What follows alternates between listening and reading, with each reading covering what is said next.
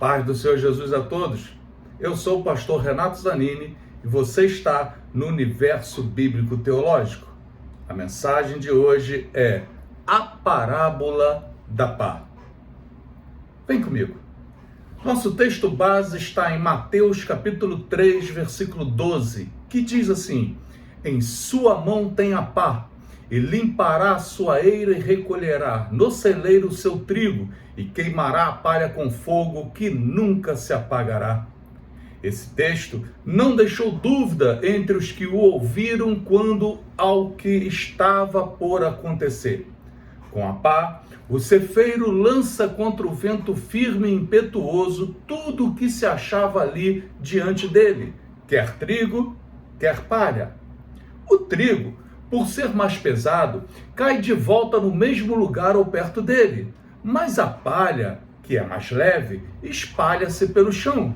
Concluído o processo de separação, o trigo é retirado para o celeiro e a palha inútil é lançada ao fogo. Vamos analisar. Na mão, ele tem a pá. Ora, a pá era o instrumento usado para limpar o trigo ou separar dele a palha e as sementes ruins. A pá que o Senhor usa para limpar a sua eira é a sua palavra. Em João capítulo 15, versículo 3, diz assim: vós já estáis limpos por causa da palavra que vos tenho falado.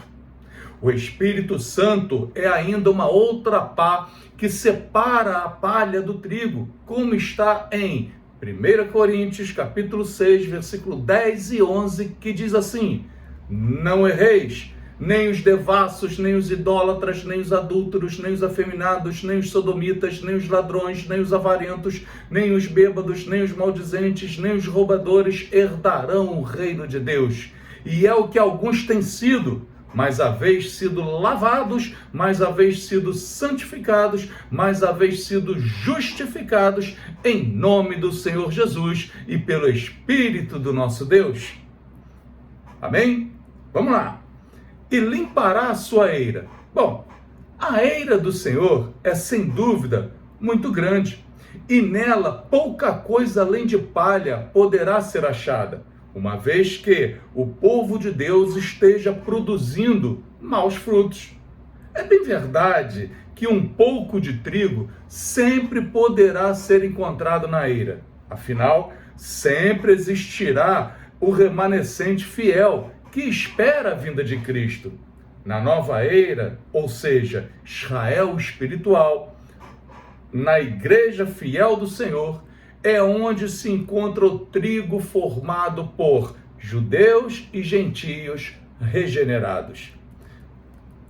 Recolhendo o trigo no seu celeiro. O trigo é um grão excelente, o melhor grão, e isso mostra o porquê que Satanás tentou peneirar Pedro como trigo, como está lá em Lucas 22, versículo 31.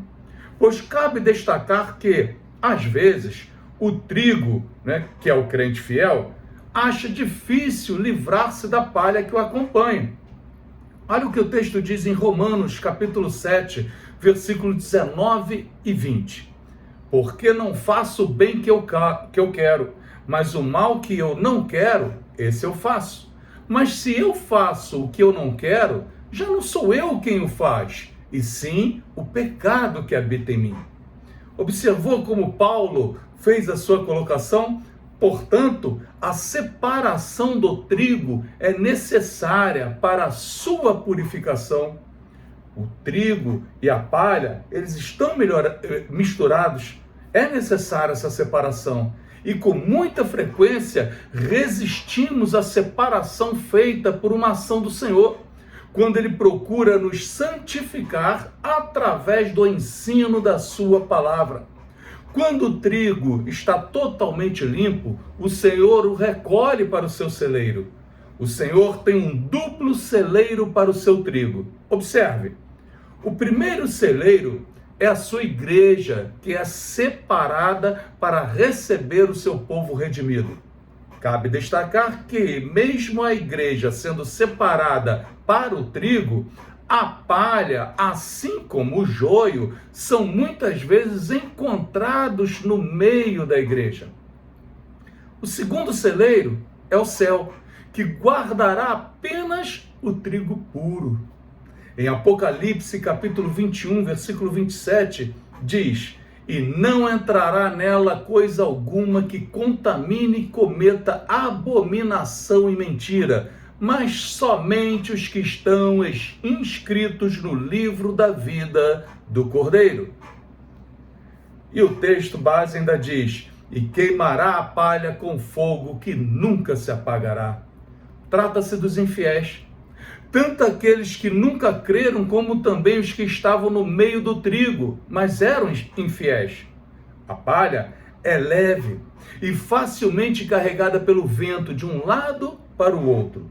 Do mesmo modo, os escribas e fariseus apresentavam uma religiosidade aparente, mas como a palha, faltava-lhes peso e substância.